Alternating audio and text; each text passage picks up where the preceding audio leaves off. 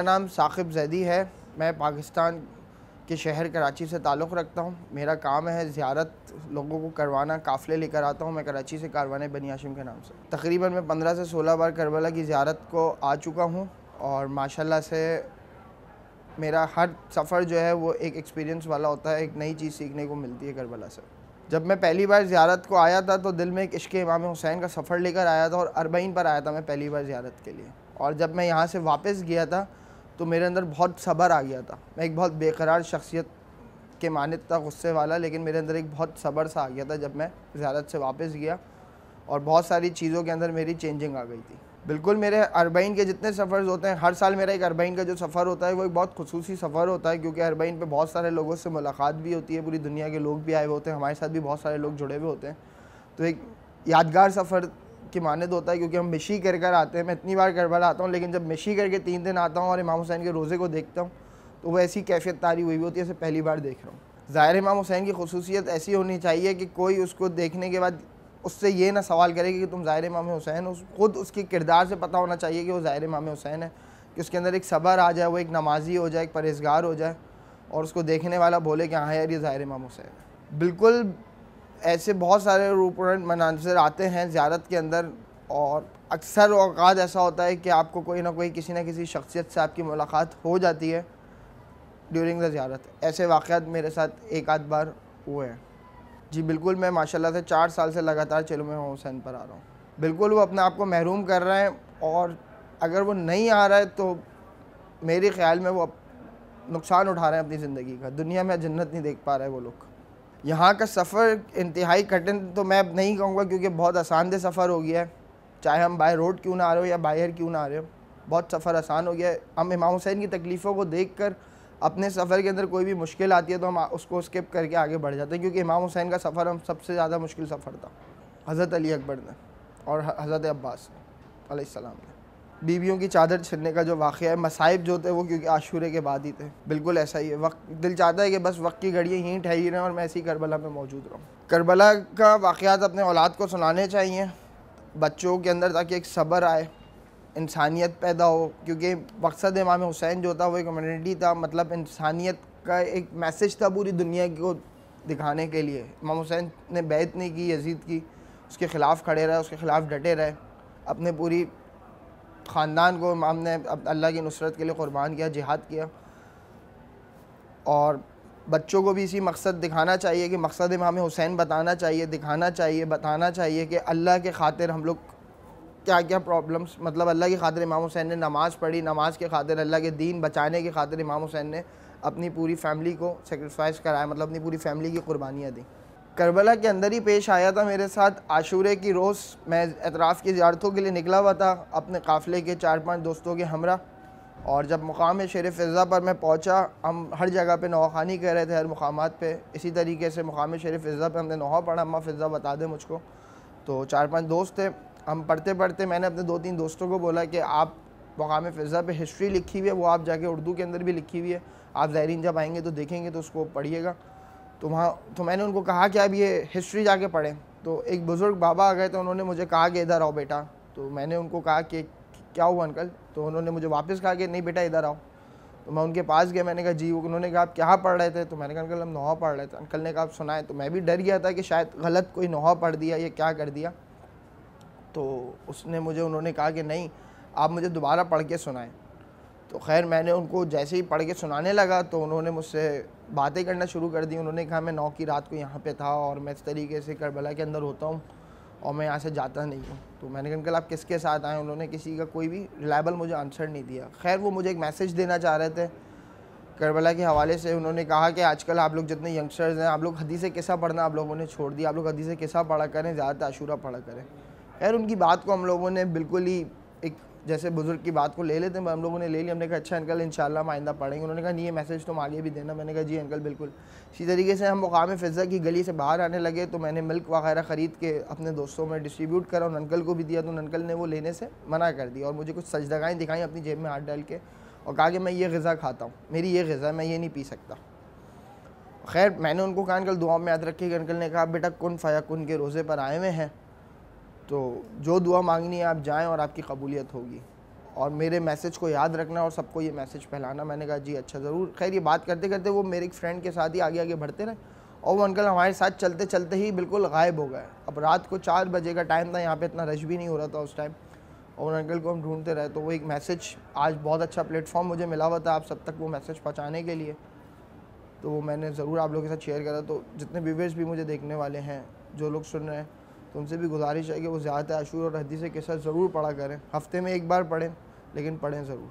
कुछ समझ भी नहीं, कभी कभार जितनी बार ज़री में जितनी बार आता हूँ, फ़र्स्ट टाइम जब ज़री की तरफ जाता हूँ इमाम हुसैन की, तो कुछ समझ नहीं आ रहा होता। ज़री पे पहुँच के कोई चीज़ याद नहीं आ रही होती मुझे कि मैं क्या मांगूँ, क्या करूँ। बस गिरिया करने का दिल चाह रहा होता है और समझ नहीं आ रहा होता कि मैं क्या करूँ मौला के पास। और यहाँ से फिर जब जाने की बारी आती है, चाहे मैं यहाँ 10 दिन मैं करबला में 10 दिन भी मैंने स्टे किया है और ज़्यादा से ज़्यादा, लेकिन यहाँ से जाने के बाद जो है वो बिल्कुल भी उदासी से आखिरी दिन ऐसा लग रहा होता है यार 2-3 दिन और रुक जाते।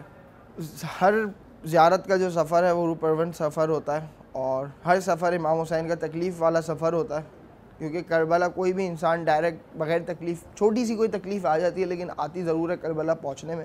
अगर कभी भी हम कराची से ये चीज़ सोच के चलते हैं कि हमें डायरेक्ट करबला जाना है, तो ज़रूर रास्ते में कोई ना कोई एक आध मुश्किल आती है। कभी एयरपोर्ट पे हमें किसी चीज़ को लेके हम देर हो रही होती है, कभी गाड़ी के साथ कोई प्रॉब्लम आ जाती है, कभी करबला पहुंचने में कभी कोई सिक्योरिटी रीज़न आ रहा होता है, बहुत सारे कभी ना कभी कोई इशू। डायरेक्ट करबला की अगर हम नियत करके कराची से चलते हैं तो कोई ना कोई इशू ज़रूर आता है। ये मेरा एक्सपीरियंस रहा है, ये मेरा तजुर्बा रहा है।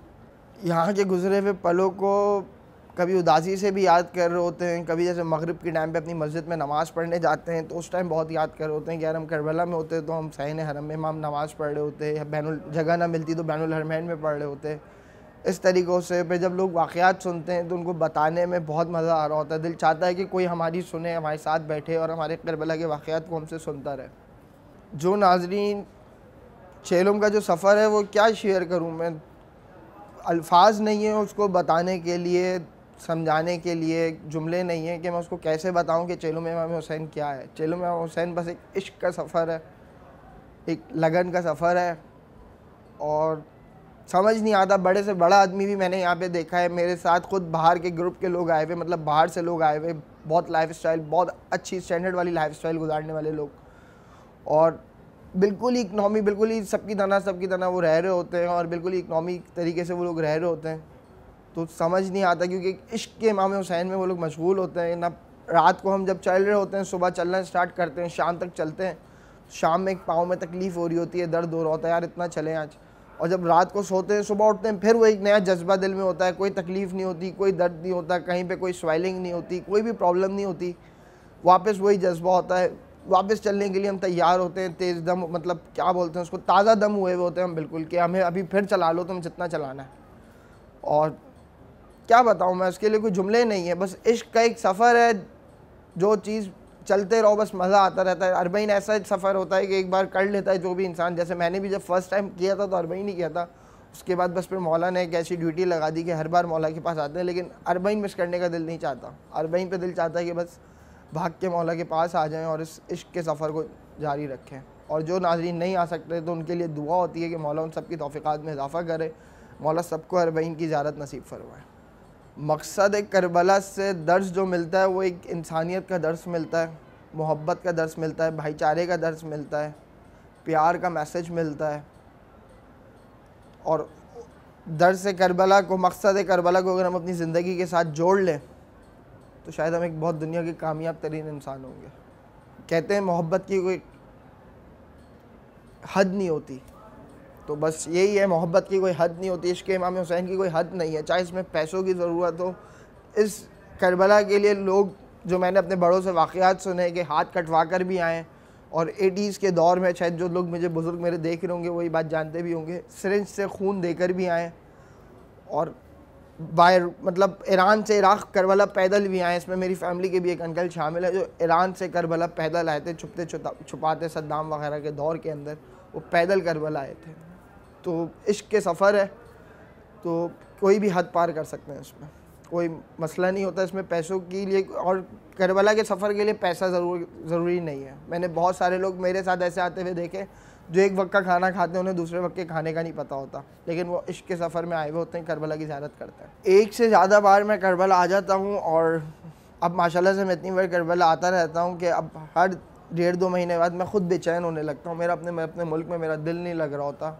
मैं एक बस करबला जाना है, मौला ग्रुप तैयार करें, और बस ग्रुप तैयार भी होता है मौला की फजलो करम से, और मैं फ़ौरन करबला भाग कर आ जाता हूँ।